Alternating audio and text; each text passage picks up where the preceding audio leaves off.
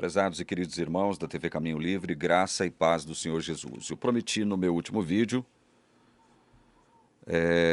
falar sobre a visão de Ellen White, sobre aquela luz, aquela glória, incidindo sobre o quarto mandamento. Essa visão se encontra registrada também aqui no livro Primeiros Escritos, páginas 32 e 33. Eu leio a partir da página 32. No lugar santíssimo vi uma arca cujo alto e lados eram do mais puro ouro. Em cada extremidade da arca havia um querubim com suas asas estendidas sobre ela. Tinham os rostos voltados um para o outro e olhavam para baixo. Entre os anjos estava um incensário de ouro. Sobre a arca, onde estavam os anjos, havia o brilho de excelente glória, como se fora a glória do trono da habitação de Deus. Jesus estava junto à arca, e ao subirem a ele as orações dos santos, a fumaça do incenso subia, e ele oferecia suas orações ao Pai com o fumo do incenso. Na arca estava a urna de ouro contendo o maná, a vara de Arão que florescera, e as tábuas de pedra que se fechavam como um livro. Jesus abriu-as, e eu vi os 10 mandamentos nelas escritos com o dedo de Deus. Numa das tábuas havia 4 mandamentos, e na outra 6. Os 4 da primeira tábua eram mais brilhantes que os 6 da outra, mas o 4º mandamento do sábado brilhava mais que os outros, pois o sábado foi separado para ser guardado em honra do santo nome de Deus.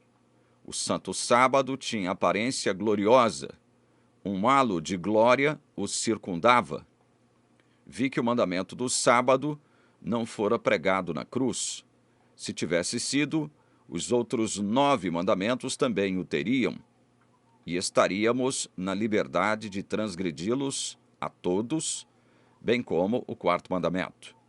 Vi que Deus não havia mudado o sábado, pois ele jamais muda, mas o Papa tinha mudado do 7º para o primeiro dia da semana, pois ele devia mudar os tempos e as leis. E eu vi que se Deus tivesse mudado o sábado do 7º dia para o primeiro, ele teria mudado a redação do mandamento do sábado, escrito nas tábuas de pedra, que estão agora na arca no lugar santíssimo, no templo, no céu. E seria lido assim: o primeiro dia é o sábado do Senhor teu Deus. Mas eu vi que nele se lê da mesma maneira como foi escrito nas tábuas de pedra pelo dedo de Deus e entregue a Moisés no Sinai. Mas o 7º dia é o sábado do Senhor teu Deus. Vi que o santo sábado é e será o muro de separação entre o verdadeiro Israel de Deus e os incrédulos. E que o sábado é o grande fator que une os corações dos queridos de Deus, os expectantes santos. Vi que Deus tinha filhos que não reconheciam o sábado e não o guardavam. Eles não haviam rejeitado a luz sobre este ponto. E ao início do tempo de angústia, fomos cheios do Espírito Santo ao sairmos para proclamar o sábado mais amplamente. Isto enfureceu as igrejas e os adventistas nominais, pois não podiam refutar a verdade do sábado. E nesse tempo, os escolhidos de Deus viram todos claramente que tínhamos a verdade e saíram e enfrentaram a perseguição conosco. Nós poderíamos comentar esse texto sob diversos ângulos e aspectos, mas há 2 coisas que eu gostaria de salientar aqui acerca dessa suposta visão de Ellen White. Primeiro, ela diz que viu a arca, e dentro da arca, a vara de Arão que havia florescido, o jarro lá contendo maná. E ela diz também o seguinte, olha, o que ela diz aqui, ó. Na arca estava a urna de ouro contendo maná, a vara de Arão que florescera e as tábuas de pedra que se fechavam como o livro. Jesus abriu-as, E eu vi os 10 mandamentos nelas escritos com o dedo de Deus. É interessante isso aqui pelo seguinte. As primeiras tábuas, onde foram gravados os 10 mandamentos, nessas primeiras tábuas, realmente, o dedo de Deus escreveu os mandamentos.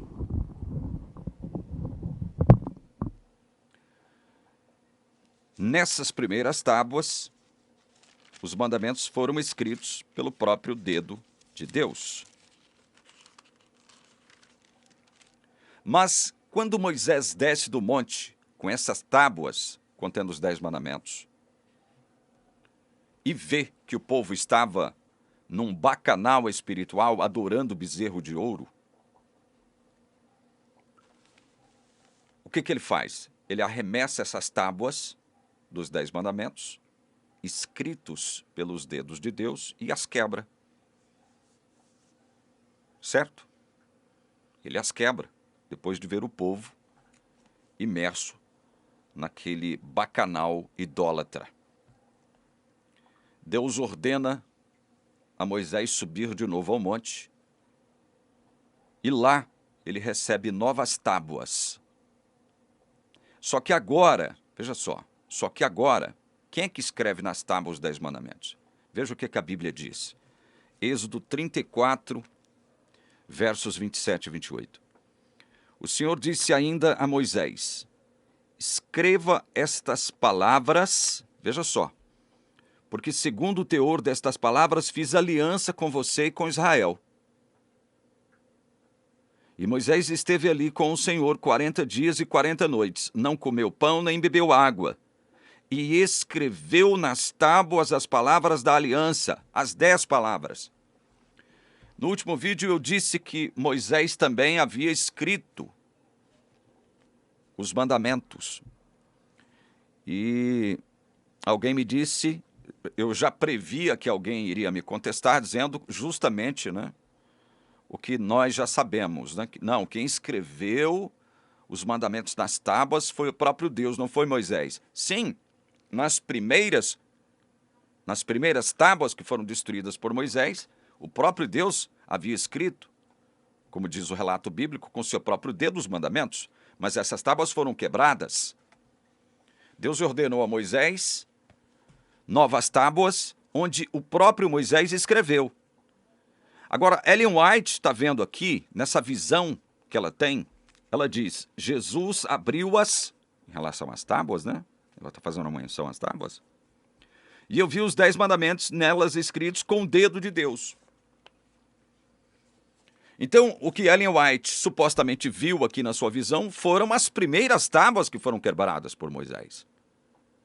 As primeiras tábuas dos 10 mandamentos, escritas pelo dedo de Deus, foram quebradas. E Deus ordenou novas tábuas e ordenou que Moisés escrevesse nas tábuas. É isso que o texto bíblico disse, nós lemos aqui agora, certo? Então, o primeiro detalhe que eu gostaria de salientar é esse. Na suposta visão de Ellen White, ela vê as tábuas, mas as tábuas que ela vê, os 10 mandamentos, ela vê que os 10 mandamentos foram escritos pelo dedo de Deus. Essas tábuas foram destruídas. Elas foram quebradas pelo próprio Moisés, né? É isso que a Bíblia nos diz. Pronto. Essa é a primeira observação. A segunda observação reside aqui, quando ela diz o seguinte, olha, os 4 mandamentos da primeira tábua eram mais brilhantes que os 6 da outra, mas o 4º mandamento do sábado brilhava mais que os outros. O 4º mandamento do sábado brilhava mais que os outros. O santo sábado tinha aparência gloriosa, um halo de glória o circundava.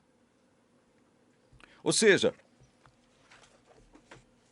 supostamente, ela vê que o sábado, sobre o sábado, o mandamento do sábado, incidia uma luz maior do que nos outros mandamentos.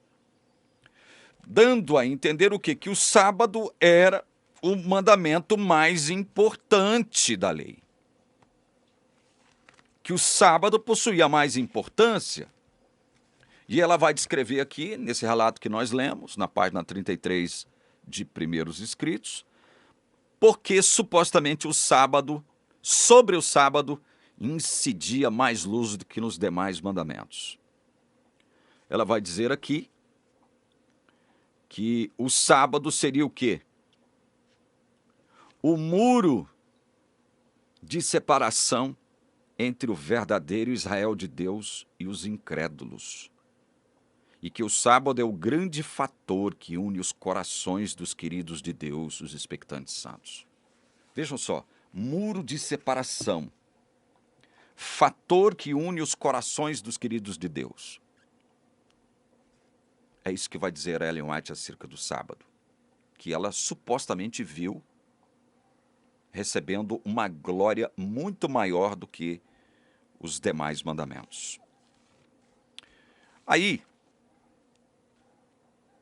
quando Moisés acaba de receber as tábuas, as novas tábuas dos 10 mandamentos, onde ele escreve ali os 10 mandamentos, ele escreve, porque é o que a Bíblia diz, ele desce. E quando ele desce para se encontrar com o povo, ele não percebe, mas o seu rosto que resplandecia. Eram resquícios da glória de Deus, porque Moisés esteve na presença de Deus durante 40 dias e 40 noites. E nesse período, Deus manifestou a sua glória para Moisés. E Moisés, então, quando desce do monte, desce com o rosto iluminado, com o resquício da glória de Deus. É nessa circunstância que o rosto de Moisés brilhava.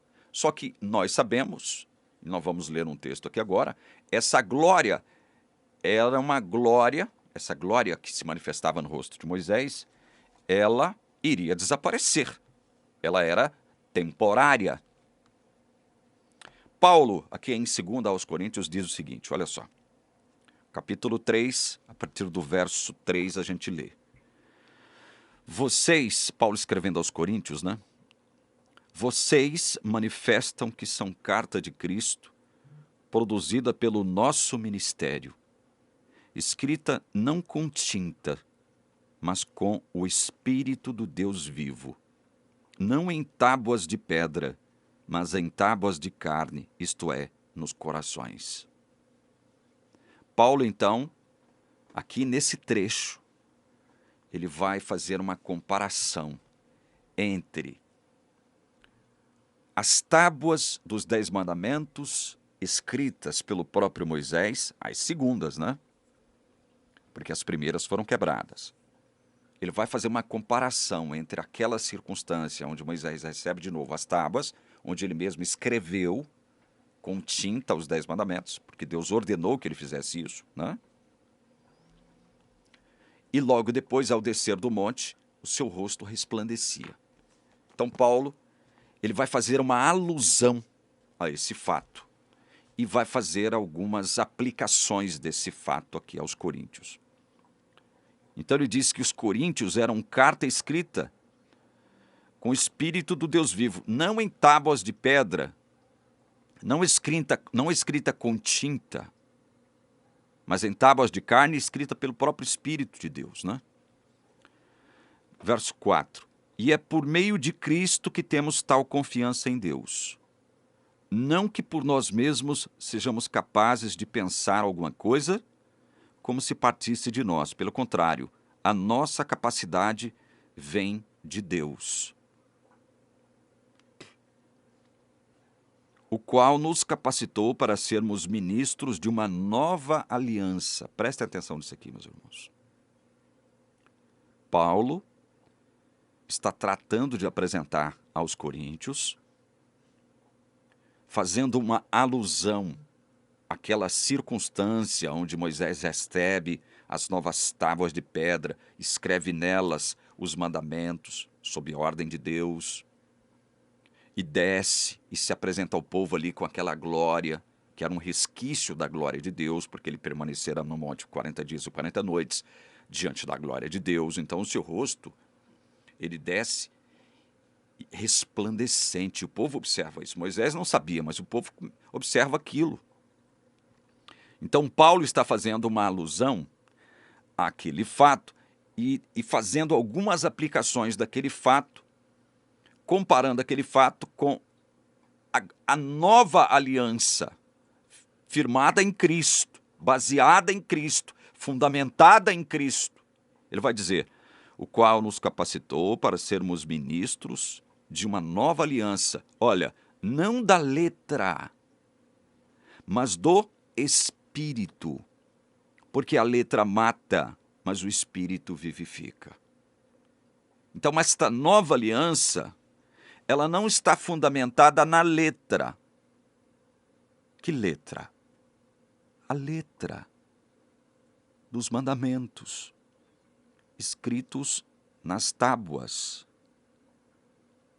A letra dos mandamentos, escritas também no livro da lei. Essa letra mata. A letra mata. A letra não tem outra função a não ser matar. Por quê? Porque a letra da lei está lidando com seres pecaminosos, seres pecadores. E o salário do pecado é a morte. Então, a letra mata. Não há misericórdia na letra. Não há graça na letra. Vocês estão entendendo? Não há graça, não há misericórdia na letra. Essa letra da velha aliança. Verso 7. Esse o ministério da morte, gravado com letras em pedras. O que foi gravado com letras em pedras, que Paulo chama de ministério da morte? Os 10 mandamentos. Então quer dizer que Paulo considera os 10 mandamentos como o quê? Ministério da morte. Por que ministério da morte? Porque a letra mata. Não há graça, não há misericórdia na letra. A letra não tem outra função a não ser matar, porque ela está lidando com quem mesmo? Com pecadores. Por isso é que Paulo, em Colossenses 2,14, só vou fazer uma alusão aqui, vocês não precisam abrir lá. Se quiserem, abram, mas eu vou só fazer uma rápida alusão. Ele diz, cancelando o escrito de dívida que era contra nós e que constava de ordenanças. O escrito de dívida, esse escrito de dívida e que constava de ordenanças, ele era o quê? Contra nós. Muita gente vai dizer o seguinte, não, Paulo em Colossenses está falando do livro da lei. Paulo aqui aos Coríntios está falando especificamente dos mandamentos. Vejam, eu já disse e vou repetir de novo. Os 10 mandamentos eram mandamentos matrizes, que foram representados, todos eles, no livro da lei. No livro da lei. Então, quando Paulo fala de um, indiretamente ele faz referência a outro. Ou vocês acham que no livro da lei não havia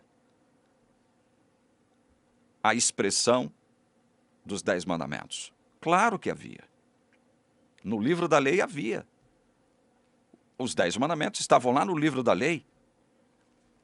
Então, quando Paulo faz referência a um, ele está fazendo uma referência a outro, porque tudo é letra da lei. E a letra da lei só tem uma função, matar. E isso é contra nós. Por isso é que Paulo fala que esse escrito de dívida que consistia de ordenanças era contra nós. É contra nós. O próprio Moisés, quando recebe de Deus as instruções, as últimas instruções, pouco antes de morrer, ele deixa claro isso, sob as ordens de Deus. Deuteronômio 31, 26 diz assim, vamos ler o 24 e 25 para contextualizar. Tendo Moisés acabado de escrever integralmente as palavras desta lei num livro, deu ordem aos levitas que levavam a arca da aliança do Senhor, dizendo, peguem este livro da lei e coloquem-no ao lado da arca da aliança do Senhor, seu Deus, para que fique ali como testemunha contra vocês. Contra. Veja que a letra mata, porque ela é contra nós. Mas por que ela é contra nós? Porque a lei é defeituosa? Não, nós é que somos os defeituosos nessa história. A letra mata, porque nós somos pecadores. Ela está lidando com pecadores, por isso a lei é contra nós. A lei não é a nosso favor. Ela é contra nós. A lei nos diz, nos declara, que nós somos devedores a Deus. Devedores do que mesmo? Da nossa própria vida. A lei declara que nós temos que morrer. Por quê? Porque pecamos. Vocês estão entendendo por que Paulo diz que a letra mata? A letra mata. Então nós temos aqui, olha, nós temos aqui o ministério da letra que mata e o ministério do Espírito que vivifica. O ministério da letra que mata, velha aliança. Essa velha aliança já era. Ela foi substituída pela nova aliança, fundamentada no Espírito. Fundamentada no Espírito, e não na letra da lei que mata e que é contra nós. Verso 7, ele diz: se o ministério da morte, gravado com letras em pedras, se revestiu de glória, a ponto de os filhos de Israel não poderem fixar os olhos na face de Moisés, por causa da glória do seu rosto, ainda que fosse uma glória que estava o quê? Desaparecendo. Então veja, ministério da morte, o povo de Israel recebeu esse ministério da morte com glória na face de Moisés. Esse ministério da morte foi manifestado para o povo com glória na face de Moisés. Mas a Bíblia está dizendo que essa glória estava o quê? Desaparecendo. Esse ministério da morte, ele não teria que continuar possuindo glória. Vocês estão entendendo? A glória desse ministério da morte que foi manifesto para o povo era uma glória desvanecente. Ela teria que desaparecer. Verso 8. Como não será de maior glória o ministério do Espírito? Então Paulo está fazendo uma comparação com a glória manifestada no rosto de Moisés, quando Moisés entrega ali de novo as tábuas, contendo os 10 mandamentos para o povo, sem saber que ele refletia a glória de Deus, só que essa glória de Deus era temporária. Ela não ia ficar para sempre no rosto de Moisés. Ela estava desvanecendo, desaparecendo. Então, Paulo faz uma comparação entre essa glória que está desaparecendo, por ocasião da manifestação dos mandamentos de Deus ao povo, com a glória do Espírito, que é permanente. Verso 9. Porque se o ministério da condenação teve glória, que ministério da condenação é esse? Ministério da condenação promulgado quando Moisés desce do monte com as tábuas de pedra escritas por ele mesmo, sob ordem de Deus, e quando o seu rosto brilhava com a glória desse mesmo Deus. Mas essa glória era temporária, ela estava desvanecendo, desaparecendo. Por isso que Paulo disse, se o ministério da condenação teve glória, em muito maior proporção será glorioso o ministério da justiça. É interessante ele falar sobre isso aqui. O ministério da justiça, sob a égide do Espírito, terá muito maior glória. Essa justiça é a justiça do Filho de Deus, que é o quê? Imputada a todos os que creem nele. É nesse fundamento que a nova aliança está baseada. Por isso é que a nova aliança ela está baseada, fundamentada, solidificada, não na letra da lei, mas no ministério do Espírito, que manifesta a glória da justiça de Cristo sobre nós, os que cremos nele. Verso 10. Pois neste particular, o que era glorioso já não tem mais glória diante da glória atual, que é muito maior. Veja, olha só o verso 10. Neste particular, o que era glorioso, o que era glorioso? O rosto de Moisés portando os 10 mandamentos, as tábuas com os 10 mandamentos. É a esse fato que Paulo, mais uma vez, faz alusão aqui.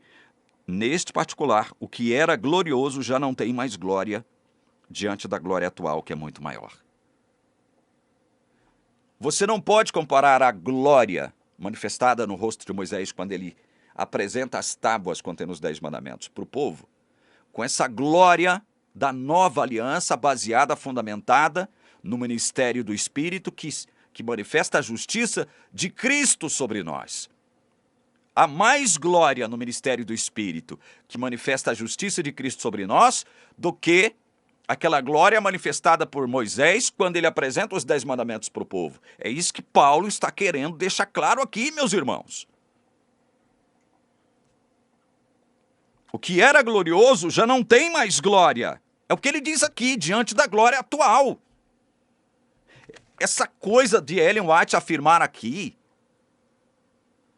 que ela viu que sobre o sábado brilhava uma luz maior do que nos demais mandamentos, havia o que, como ela diz mesmo aqui, ó, um halo de glória os circundava, enquanto que nos outros não. Isso aqui não passa de uma invenção de uma mulher que mentiu muito,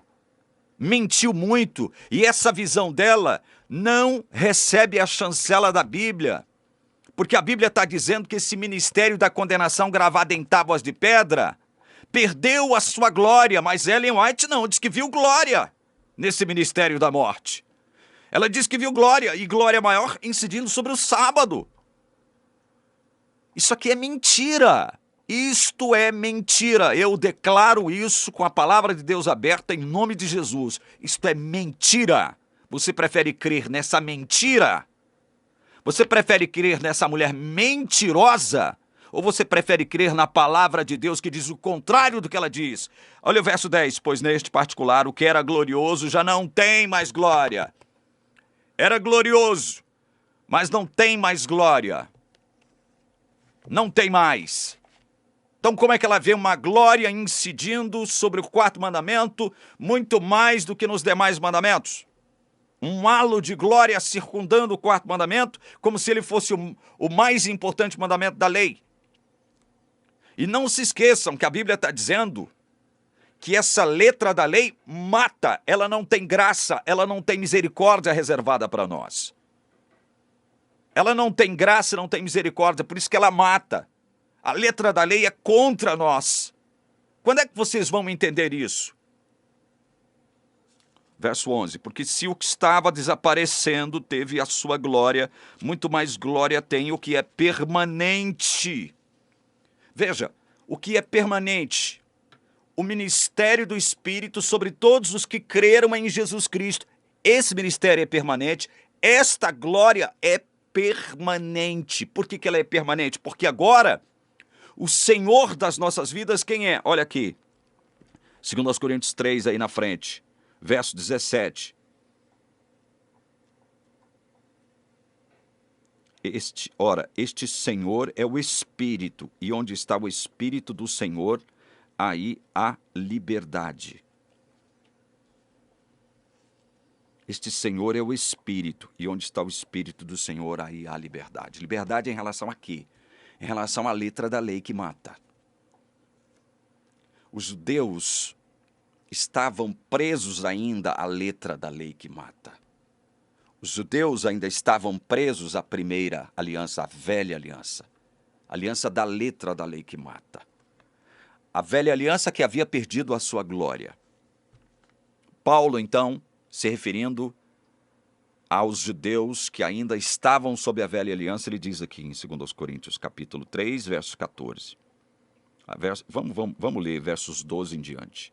Tendo, pois, tal esperança, agimos com muita ousadia. Esperança de quê?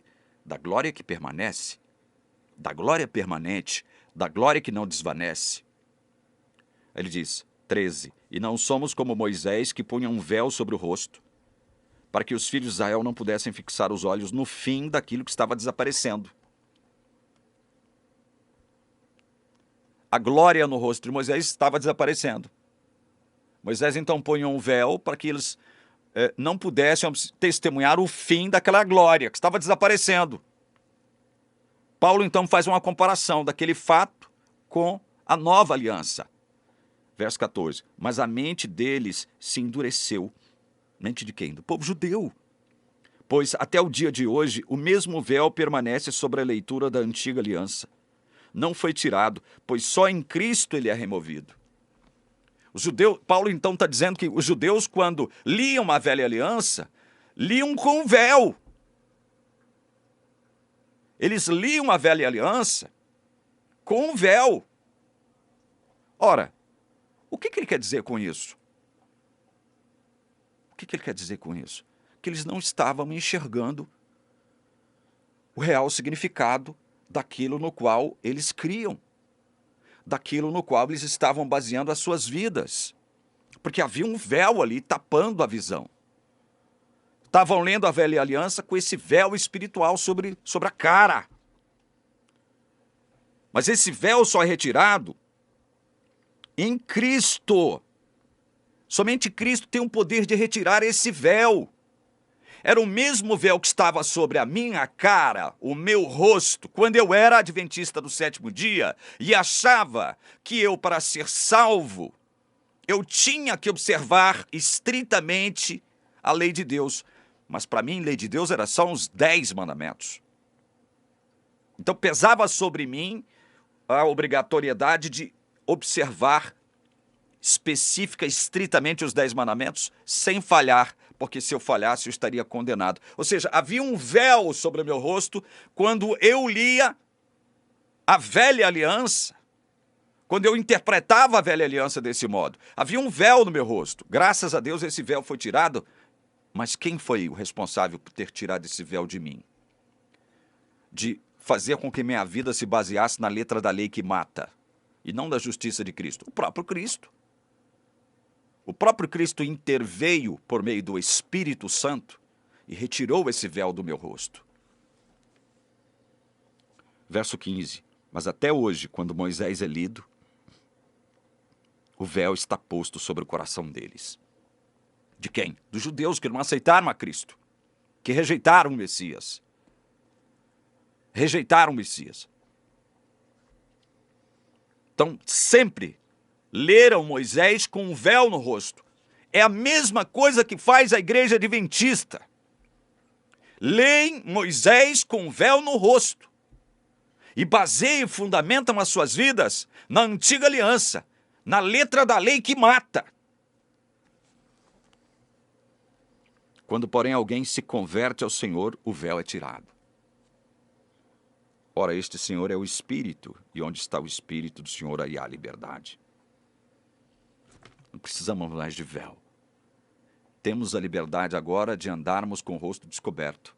Verso 18. E todos nós, com o rosto descoberto, contemplando a glória do Senhor, somos transformados de glória em glória na sua própria imagem, como pelo Senhor, que é o Espírito. Perceba a importância disso que Paulo está dizendo aqui, acerca do ministério da morte, ministério da condenação, gravada em tábuas de pedra. Esse ministério é o ministério da velha aliança, que mata, é contra nós. É um escrito de dívida que se posiciona contra nós. Não está a nosso favor. Entendam isso. Alguns idiotinhas de plantão que me assistem, me ouvem aqui, poderiam se antecipar e dizer o seguinte: então quer dizer que a gente pode transgredir, fazer o que a gente quiser?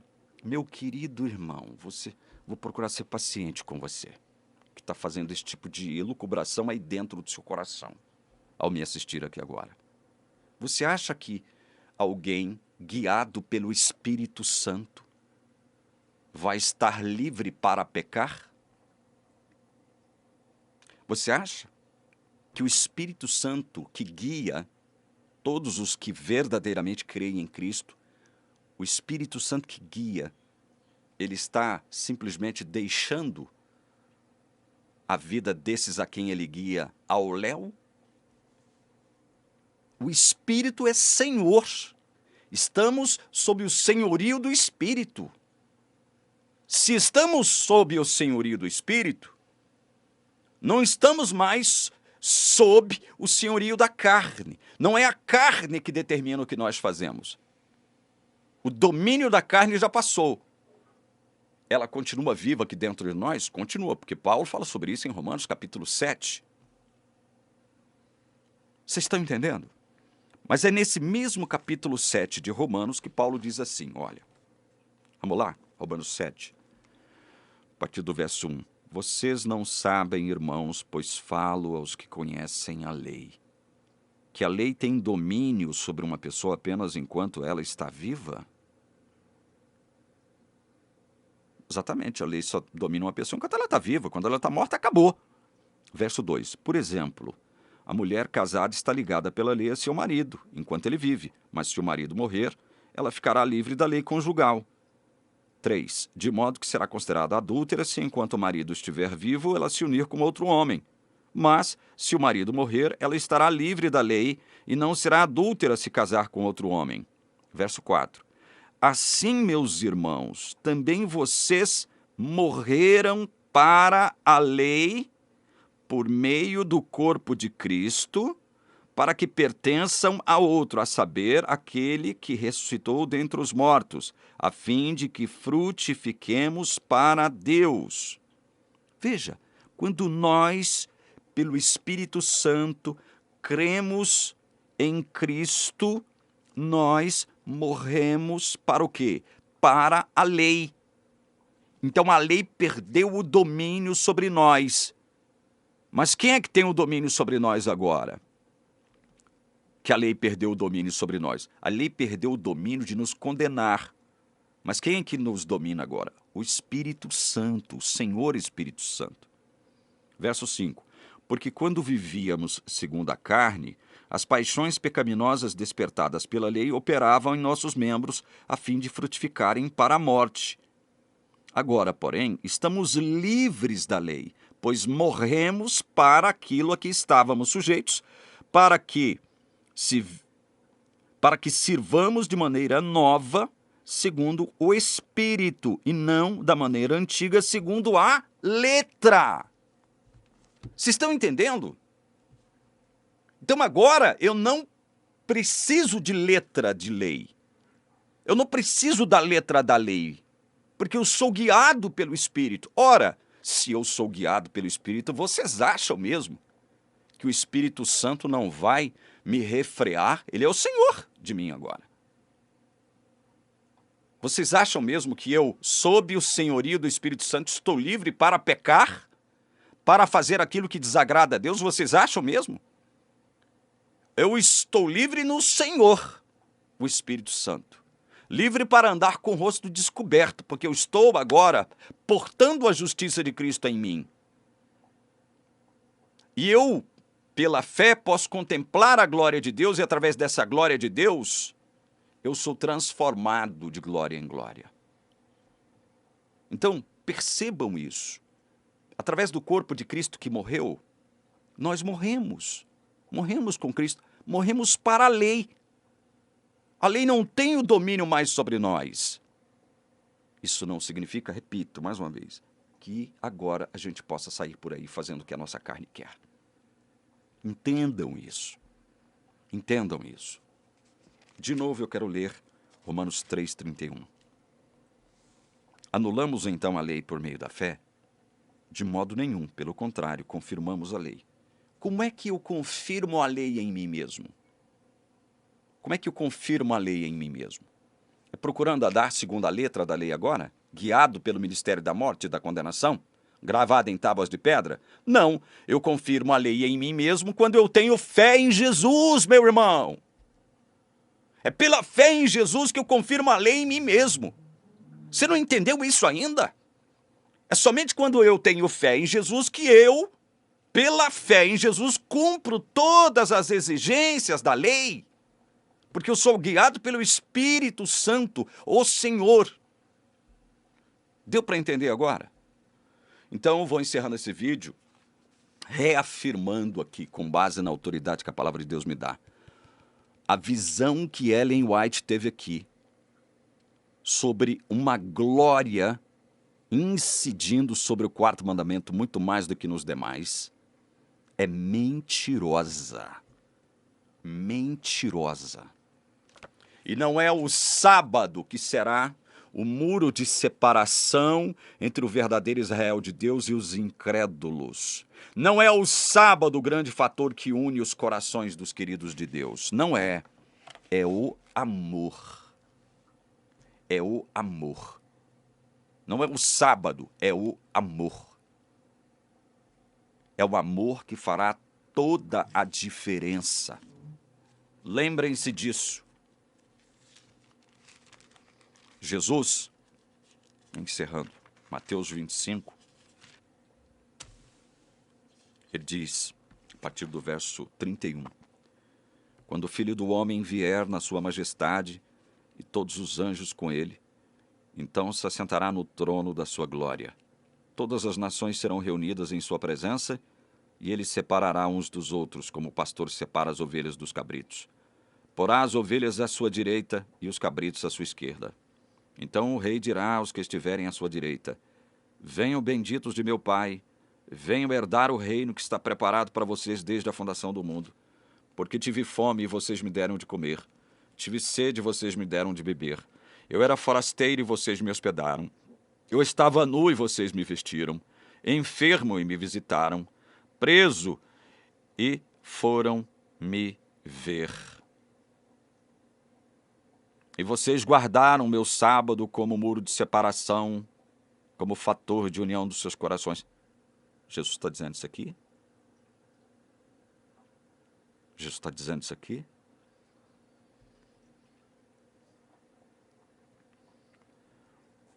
Os salvos perguntarão: quando foi que vimos o Senhor com fome e lhe demos de comer, com sede e lhe demos de beber? Quando vimos o Senhor como forasteiro e o hospedamos, ou nu e o vestimos? Quando foi que vimos o Senhor enfermo ou preso e fomos visitá-lo? Vocês conhecem a resposta, né? O rei respondendo lhes dirá: em verdade lhes digo que sempre que o fizeram um destes meus pequeninos irmãos, foi a mim que o fizeram. Não foi por amor que nós fizemos isso? Não é por amor que nós fazemos tudo isso aqui? Não é por amor?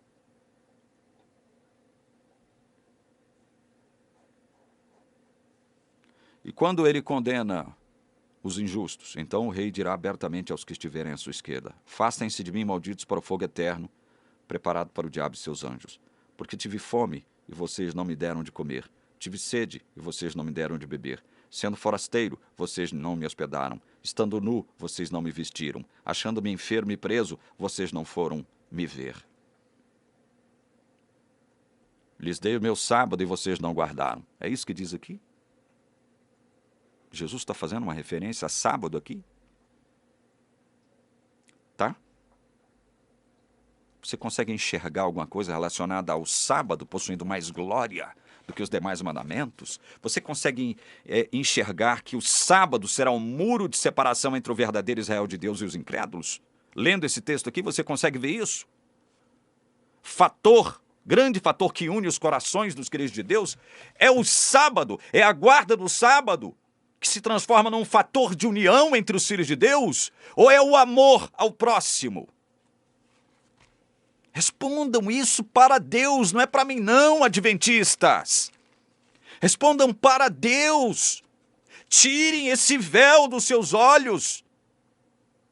Joguem esse véu que está nos seus olhos até hoje, quando vocês leem a Bíblia.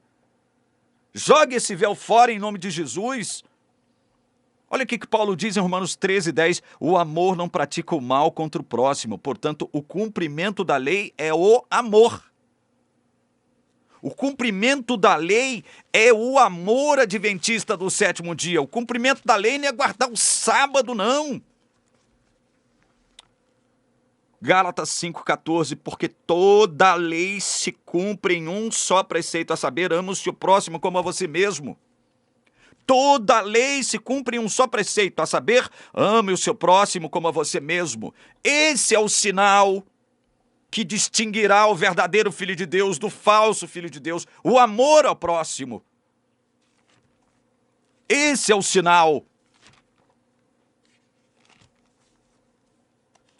Não é sábado, não é guarda de sábado que fará diferença na sua vida, não. Pelo contrário, a guarda de sábado pode te tornar, estou dizendo pode, não estou dizendo que vai, mas pode te tornar na pessoa mais miserável do planeta.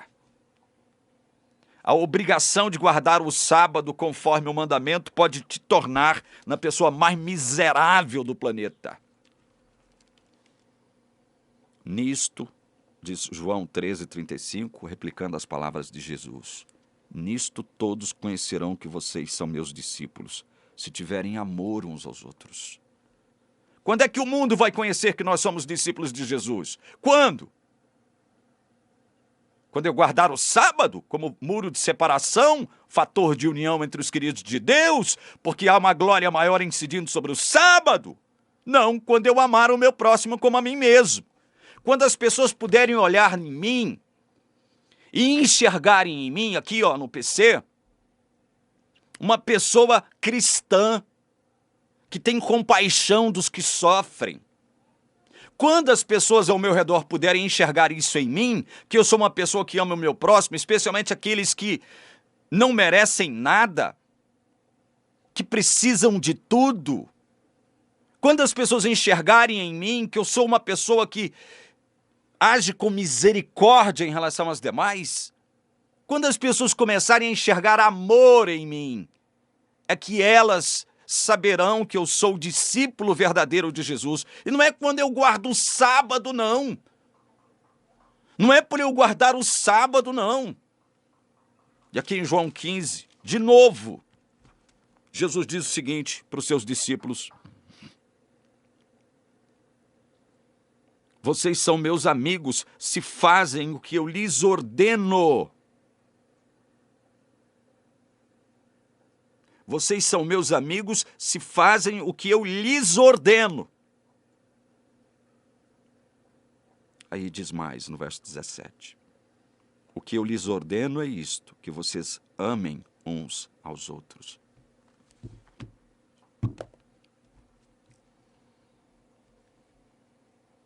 E aí? O que você me diz? O que você me diz disso? Ontem eu assisti um vídeo do Leandro Quadros porque me pediram para assistir. E eu assisti. O Leandro Quadros dizendo o seguinte: nós guardamos o sábado porque Jesus dentre outras coisas, porque Jesus é Senhor do sábado. Então, o sábado é o dia do Senhor. Então, nós guardamos o sábado porque nós estamos sob o senhorio de Cristo. A autoridade de Cristo. Se ele é Senhor do sábado, o sábado é o dia dele, ele é Senhor, nós estamos sob o seu senhorio, então nós guardamos o sábado, por isso. Ora, nós estamos realmente sob o senhorio de Cristo, por meio do Espírito. Sim, estamos. Estamos sob o senhorio de Cristo. Estamos sob a autoridade máxima do Senhor Jesus Cristo. Jesus não é só nosso Salvador, ele é nosso Senhor. Nós temos que enxergá-lo assim também. Concordo. Concordo plenamente nesse aspecto com Leandro Quadros. Concordo. Estamos sob o senhorio de Cristo. Estamos. Estamos sob a autoridade de Cristo. Sim, estamos. Agora deixa eu te perguntar uma coisa, Leandro. Ô professor Leandro Quadros, com todo o respeito que você merece, de mim e de todos, deixa eu te perguntar uma coisa.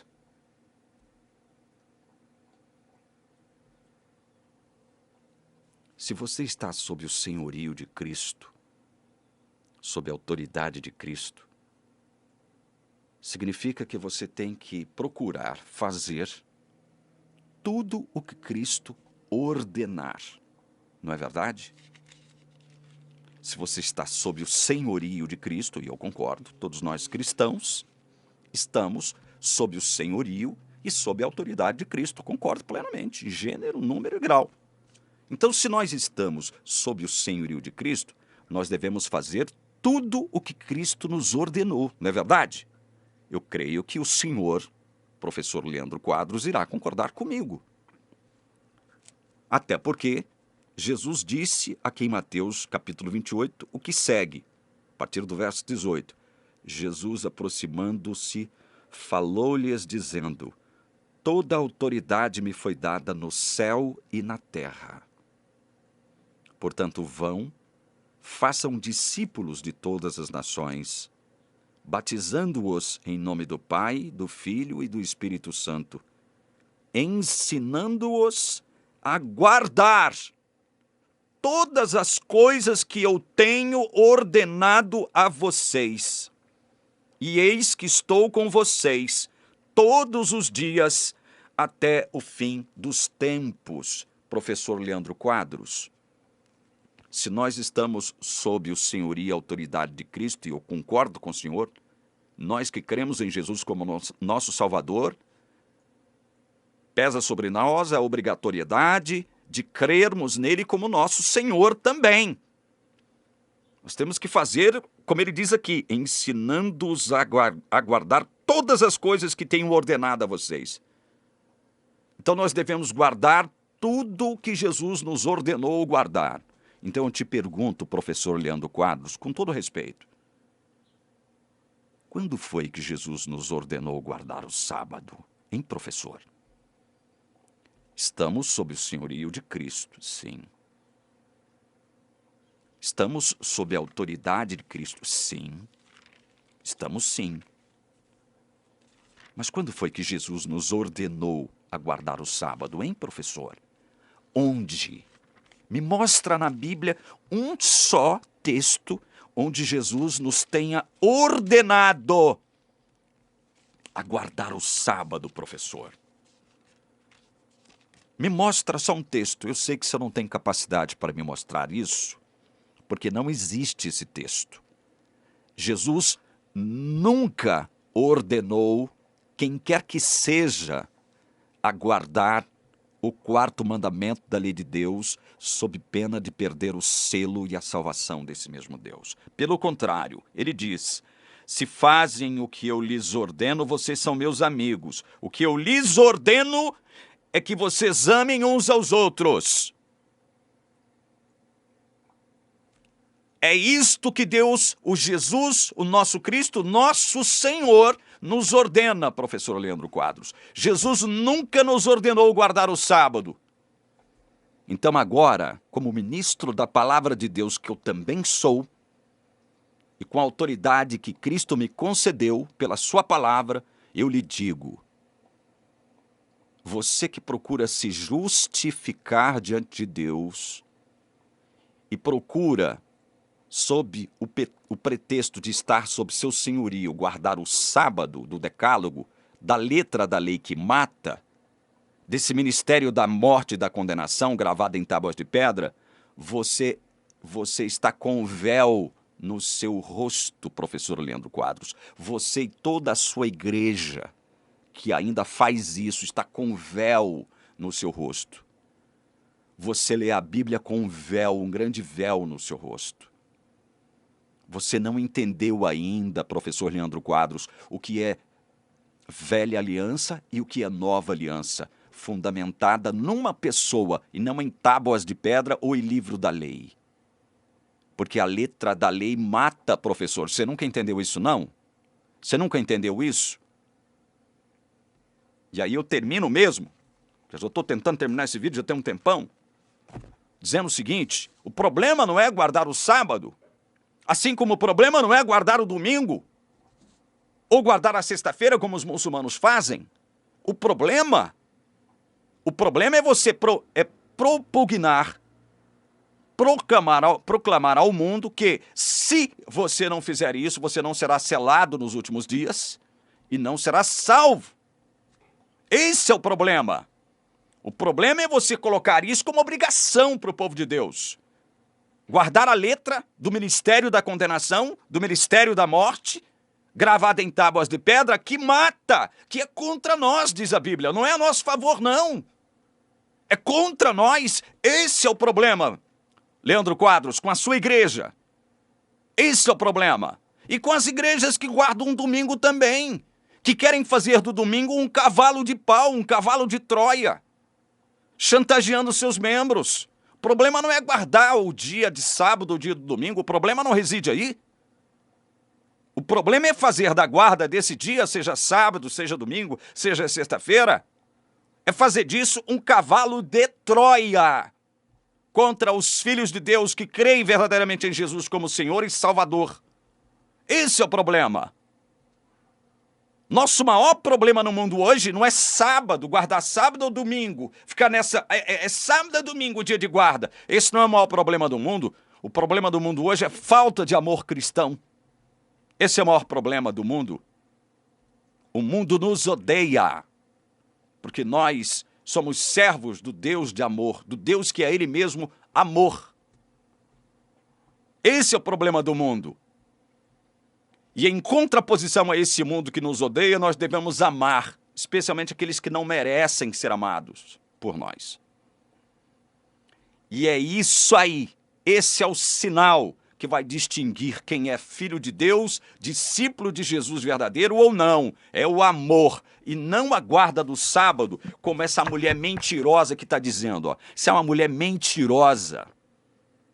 Mentirosa.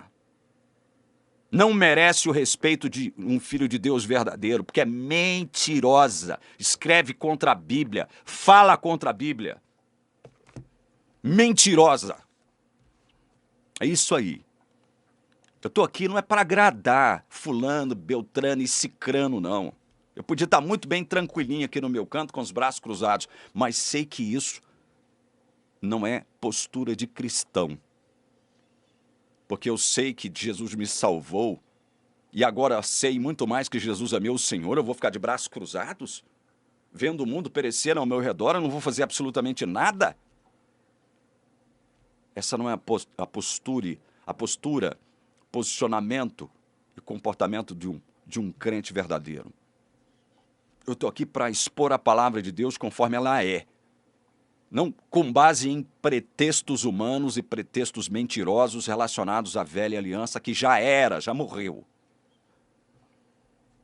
Que Deus abençoe você que assistiu esse vídeo, mas que abençoe verdadeiramente você, que faça um milagre na sua vida. Que Deus retire o véu dos seus olhos, irmão. Que Jesus faça um milagre na sua vida agora. E é em nome de Jesus que eu rogo isso. Amém.